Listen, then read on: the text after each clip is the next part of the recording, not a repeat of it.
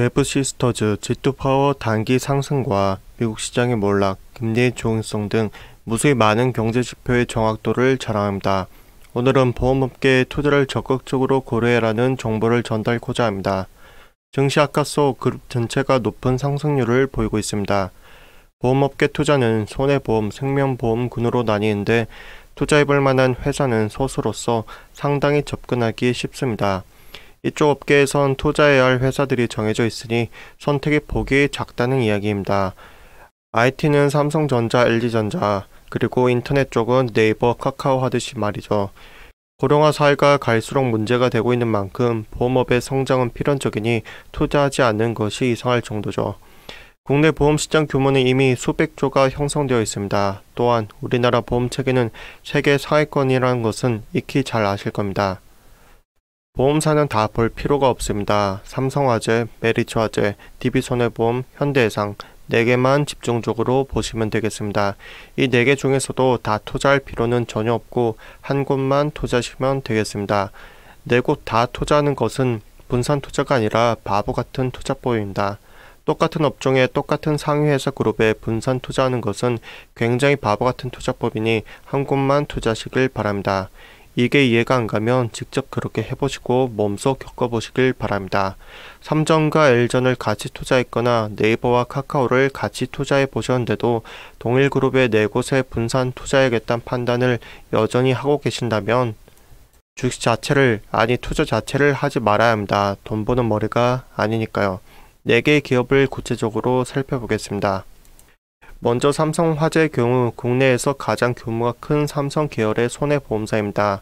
매출 비중은 일반 보험 8.1%, 장기보험 61.7%, 자동차 보험 30.2%이며 국내 3개, 해외 7곳에 연결 대상 자회사가 있습니다. 또한 중국 최대 IT 기업인 텐센트와 협력해서 중국 법인을 합작 법인 형태로 전환할 예정이어서 업계의 주목을 받고 있습니다. 현재 삼성화재의 경우 10월 2주차 기준 13곳의 증권회사에서 매수 의견을 제시하고 있습니다. 지속되고 있는 증시 악화를 고려했을 때 다수의 기관에서 여전히 매수 의견을 주는 것은 쉽지 않은 상황입니다. 또한 PER은 10배 수준도 안 되어 있는 상황이며 PBR은 기업의 청산 가치에도 못 미치는 수준으로 저평가되어 있습니다. 둘째는 메리츠화재입니다. 메리츠화재는 첫 100년 보험사로 탄생한 회사입니다. 1956년 보험업계 최초이자 국내 60번째로 대한증권거래소에 상장한 회사로 역사가 깊은 회사입니다. 매출액과 당기순이익도 승승장구입니다. 10년간 우상향은 당연하고 2019년 3천억 수준의 당기순이익에서 작년 6,609억의 수준까지 올렸습니다. 순이익을 이만큼 배로 성장한 것은 쉽지 않죠. 개인 연봉으로 치면 불과 1, 2년 만에 연봉을 100%를 훨씬 넘게 올렸다는 소리이니 대단한 거죠. 메리츠증권은 동종업계 상위 3사보다 자동차 보험의 경쟁력이 떨어집니다. 하지만 이 위험을 인정하고 장기인 보험 시장에 집중 공략하고 있습니다. 앞으로가 기대되는 회사입니다. 컨센서스 기준 일부 기관에서 중립 의견을 제시하고 있는데 단기적인 관점이니까 중장기 관점에서 크게 신경 쓰지 않으셔도 되겠습니다. 컨센서스가 중립 의견을 준 곳을 신경 쓰지 마시라는 뜻이고 중장기 관점에서 눈여겨볼 만한 회사라는 뜻입니다. 셋째로는 DB손해보험도 투자하기에 우수한 기업이라는 소식입니다. DB의 경우 글로벌 초우량 보험사로 발돋움하기 위해서 미국을 해외 거점 시장으로 집중 공략하고 중국, 인도네시아, 미얀마 등지에 사무소를 개설했습니다. 특히 DB의 경우 일반 소비자들에게 만족도가 굉장히 높은 회사입니다. 보험금을 청구하면 어지간해선 다 승인해주고 지급 시기도 굉장히 빠르기로 유명하죠. DB손해보험의 경우 삼성화재와 견줄 만큼 기관에서 매수 의견을 받고 있는 상황입니다. 똑같이 13곳에서 DB손해보험에 대해서 매수 의견을 주고 있습니다. 주가의 모양새나 기업의 재무제표나 현재 저평가 상태를 알려주는 보조지표나 기술 신호나 여러모로 삼성화재와 유사한 흐름을 보이고 있으니 눈여겨볼 필요가 있겠습니다. 말씀드린 재무제표나 보조지표나 기술 신호들을 보는 방법은 채널에 업로드했습니다. 채널에 놀러오셔서 확인해 보시길 바라겠습니다. 네 번째는 현대해상입니다. 현대해상도 삼성화재처럼 더 이상의 설명이 필요 없는 대형사입니다. 현대차나 육아를 하시는 분들을 꽉 잡고 있는 것이 바로 현대해상입니다. 신용평가 기관인 AM베스트로부터 A등급, S&P로부터 A- 등급을 부여받고 있습니다. 둘 다 굉장히 높은 등급입니다. 기타 차트 흐름, PER, PBR, 컨센서스 매수 의견 등 모두 삼성화재하고 유사한 흐름을 보이고 있는 기업이니까 삼성화재, DB손해보험, 메리츠화재, 현대해상 네 곳 중심으로 보시면 되겠습니다. 증시가 어렵습니다. 뉴스에 보면 세상이 당장이라도 망할 것처럼 온갖 부정적인 뉴스들로만 가득 찹니다.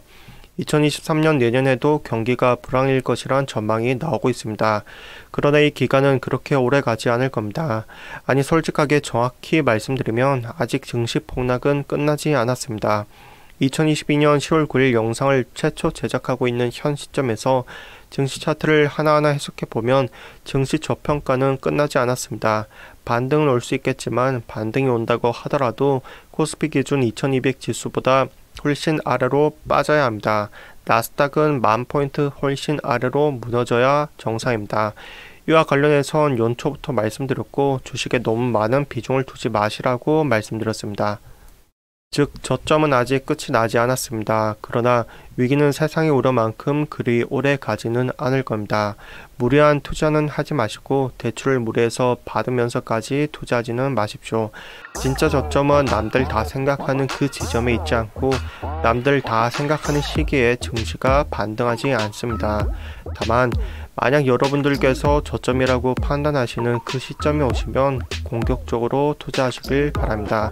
이때 오늘 소개드렸던 보험업계도 대안이 될 수 있겠고 채널에 올린 다른 산업군, 마이크로바이옴이나 폐배터리 등의 산업군도 대안이 될 수 있습니다. 그리고 일부 종목들도 추천드렸죠. 그런 종목들도 대안이 될 수 있습니다.